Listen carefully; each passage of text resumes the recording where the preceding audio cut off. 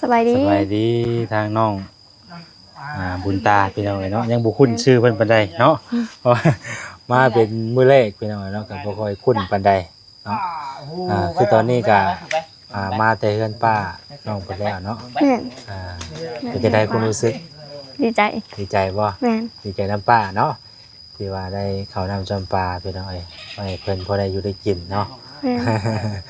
ดีใจได้เพิ่นทั้งน้องก็ได้พี่น้องตอนนี้ก็เฮามาแต่พุ่นแล้วมาส่งน้องเพิ่นอยู่เฮือนตอนนี้ก็พี่น้องมาเบิ่ง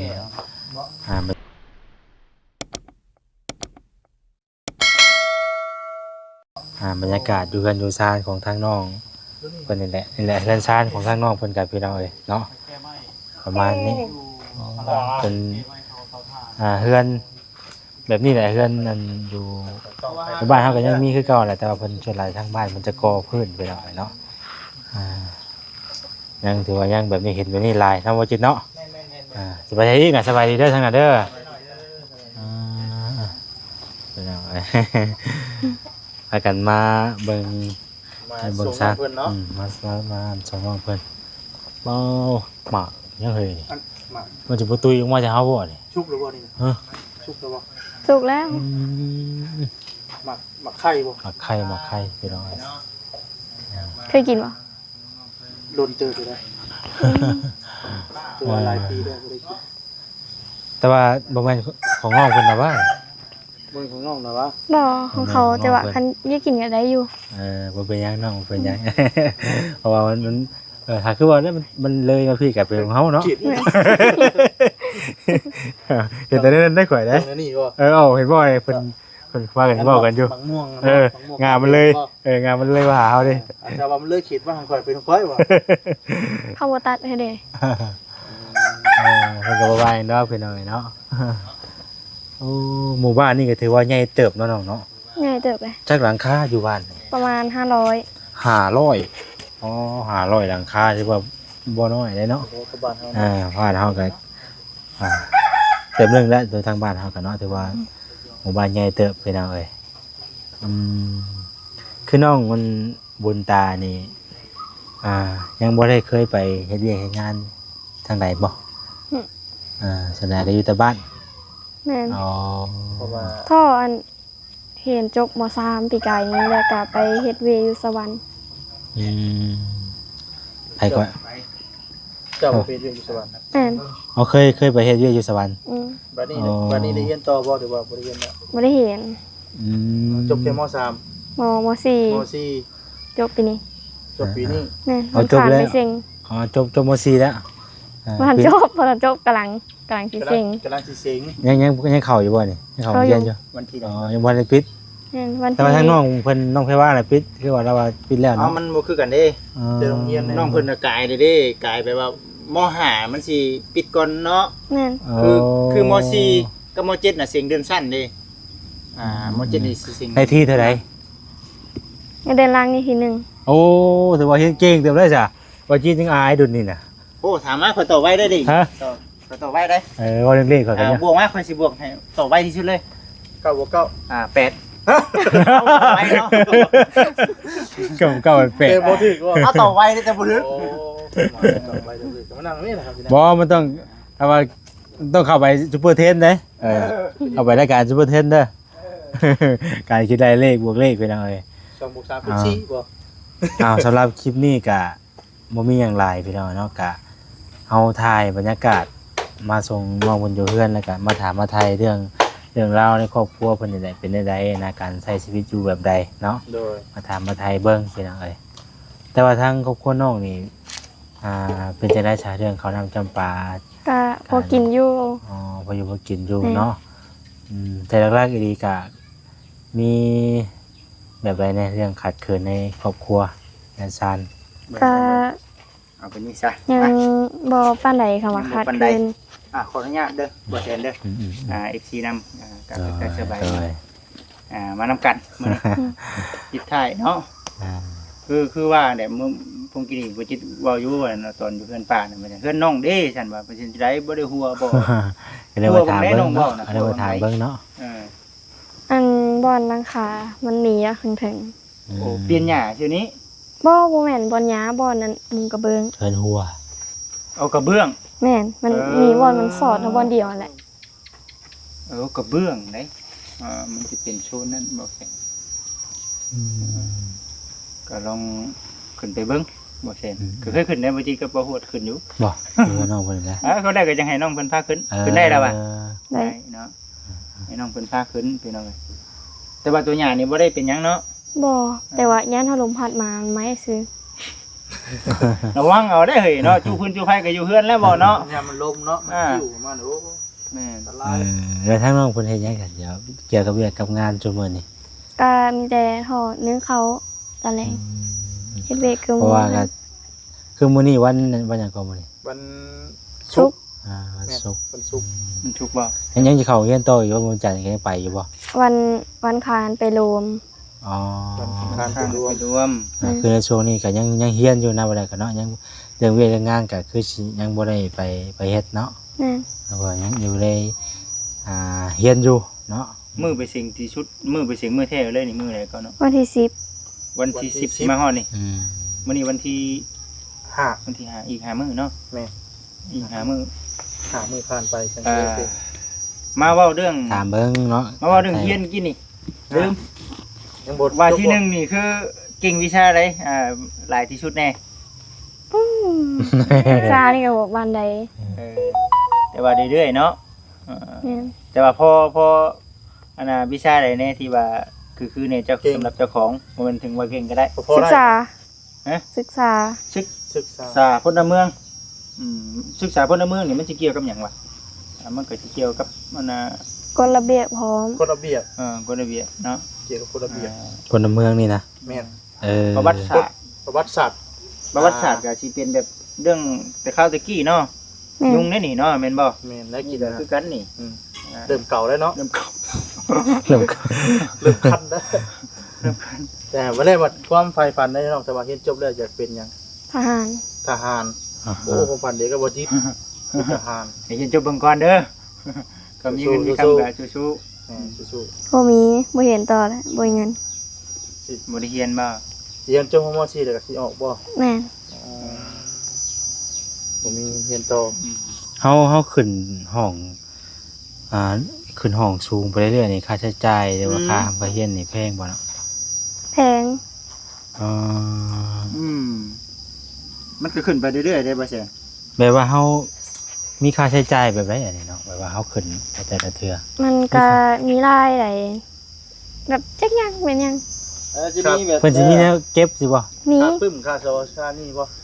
บ่นับอันนี้บ่นับ สมมุติเนาะสมมุติว่าคือเปิดสุเขียนใหม่ซะ บ่จิตเพิ่น มันจะฮะ นั่งผู้นั้นอธิบายบ่เดี๋ยวคุณจะ FC มันสิคือกันแต่ผู้หญิงสิเสียแพงกว่าผู้ชาย เป็ เป็น นห ยั ยัง ง ไง คือว่าซั่นตีนสินก็ต้องได้เสีย แม่น ป้ายชื่อโบอีก โบอีก บ่มีโบกอะไร บ่มีก็ได้บ่ โบทางอ้ายเฮียนนี่บ่ได้เด้ผิดเด้ มีโบเนาะ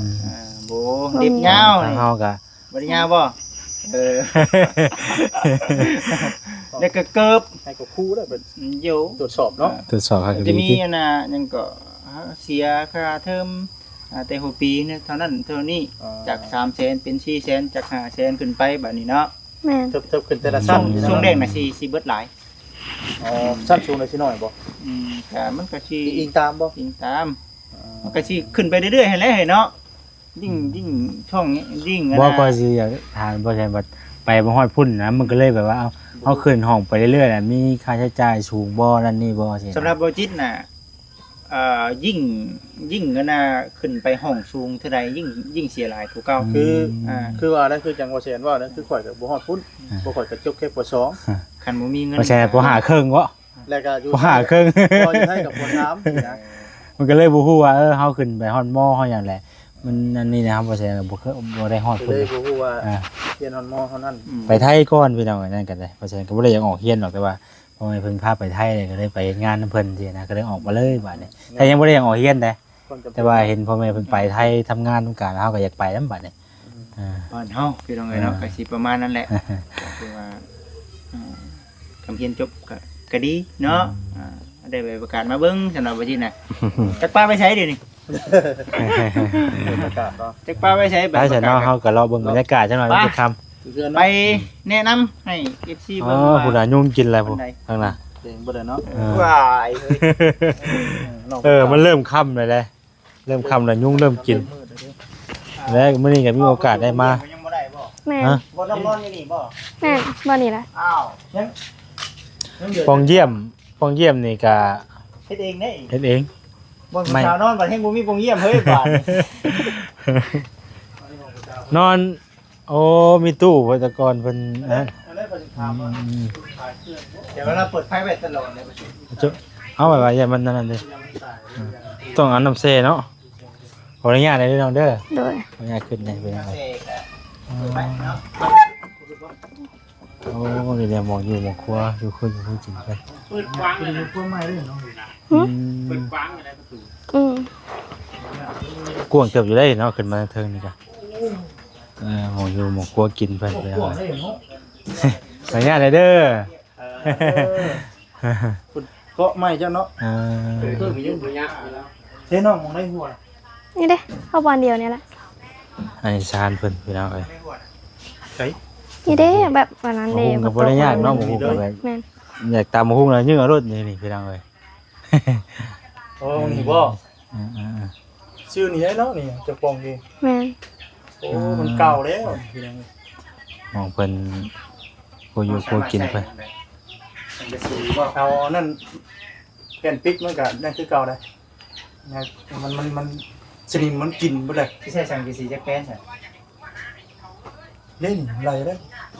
ก็เอาแล้วนี่ก็ เอาสีบ่ได้อะ 4 แผ่น เอาสีบ่ มันเป็นสังกะสีแต่ข้าวตะกี้ข้างใน12ฟุตบ่12เนี่ย มันหัวแบบนี้ 2 หมองลบมันเนาะหมองต่อ คิดว่าบ่ดังใช่หรอกเนาะ ขี้เมียง ที่มีอย่างกิน ขี้เมียงกินได้ อืม ประมาณ3-4แผ่นบ่ 4 แผ่นวัน12นี่แหละ วันนี้อาจารย์ชาญเพิ่นพี่น้อง 2ฟุตนั่นแหละ เสียเพิ่นโอ้เอ้าเนาะเพิ่นเอาเทิงมันเอ้าเนาะ เอาไป ปรุง ใกล้ๆเฮาน่ะบ่อยู่สิมาเอาไก่เด้มัน บ่จิต เอา วง ไก่ ไก่ มันแต่จะสิไปเช้าบ่ซั่น อ๋อช่างว่าแต่ได้ชื่อน้องเพิ่นบ่ให้ชื่อน้องเพิ่นบ่ มาขอ เออช่างว่าเด้อ เด้นี่น่ะเอาดินี่น่ะไปผู้หั่นน่ะ โอ้เอาไอ้สิกัดอันนั้นสายเจ้าแล้วบ่จิต ขาดเด้อ เซะมาเซะ บ่ย่านไฟช็อตเจ้าดอกว่า มันบ่ช็อตบ่เฮาแต่ว่า เซะ มันจะขาดเลยที่ เซะ บรรยากาศอยู่ทั้งรุมพี่มันจะโล่งกว่ากันเนาะอยู่เทิงมันห้อนอยู่แล้ว เอาเลยเนาะไปดิ โอ้ พี่น้องเอ้ยเนาะมีแต่ชีวิต ตายแล้ว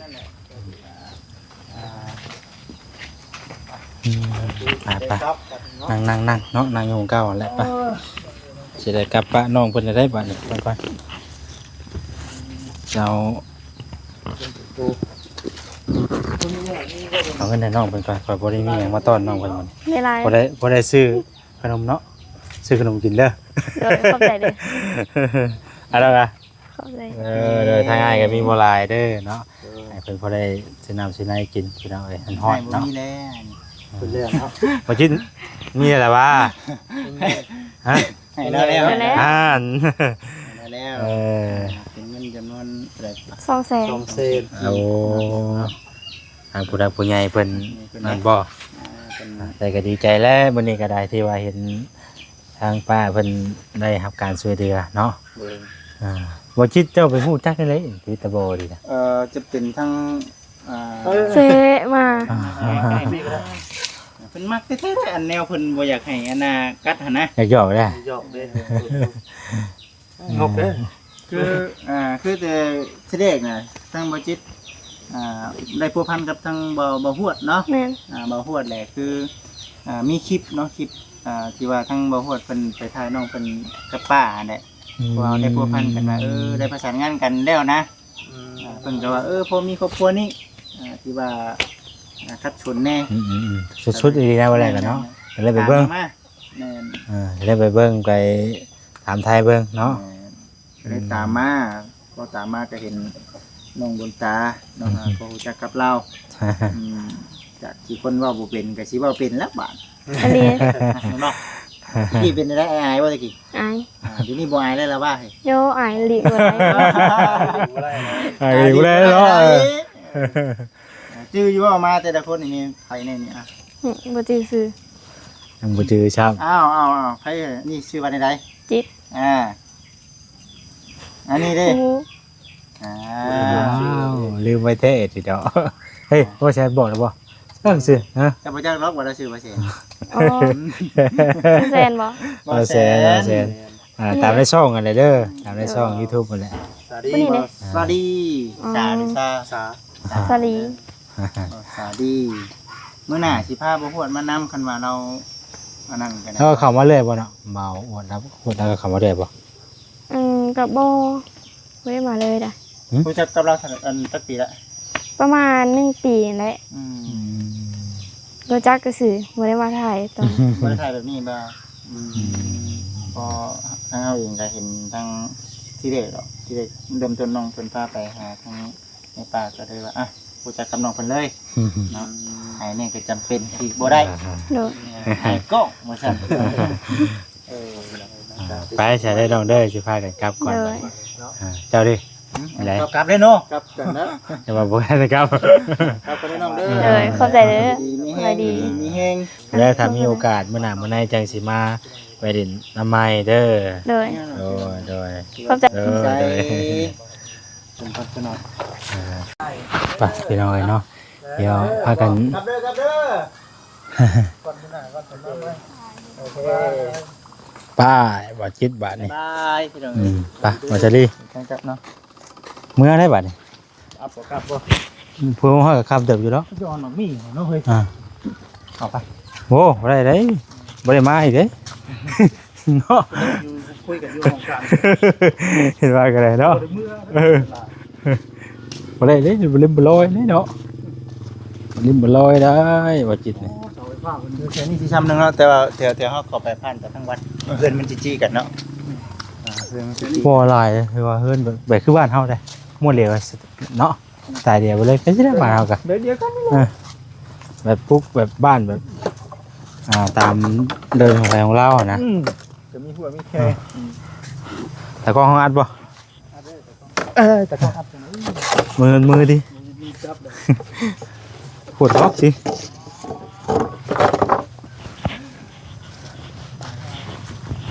ผมขามแล้วนี่บอกมันเป็นหมายบ่ต้องยากขึ้น จับบ่ ฮะ อยากจับบ่ บ่ จับได้บ่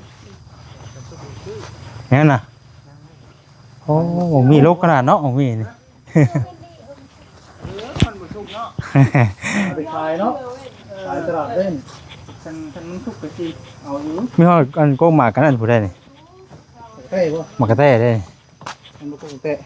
หมากแต้ก็หมากแต้โอ้ทุกคนต้นดูวะโอ้ดินแล้วใส่กับพุทธกุลเนาะเรือเลยโอ้เห็นพอสีคุณลงอีกก็ธรรมดาอีกเนาะพอจะดี เติมแล้วสิก่ออันนี้ขึ้นเขาว่าต้องได้ก่อขึ้นอีกเด้ จังหวะไหนเนาะ มี2ชั้นเนาะที่ขั้น2ชั้นน่ะเด้ ไปไปเลยครับเอาบัตรนี่เมื่อเด้บัตรนี่เอาตัวดำลาไปก่อน ของนอกบนมีสัญญาณก่อนเนาะจังลูกว่าสิได้เบิ่ง แมนอึ๊บบายบัตรนี้พี่น้องกลับปะก่อนบัตรนี้โอกาสหน้าพ่อกันเด้อบัตรนี้เนาะเมื่อหน้าเมื่อใดสักก่อนพ่อกันใหม่พี่น้องสำหรับคลิปนี้ขอตัวดำลาไปก่อนผิดพลาดประการใดขอโทษขออภัยเด้อพี่น้องเด้อเนาะวันนี้ก็ได้ถ่ายบรรยากาศให้พี่น้องไปร่วมกันเนาะบายพี่น้องสบายดีเด้อครับก่อน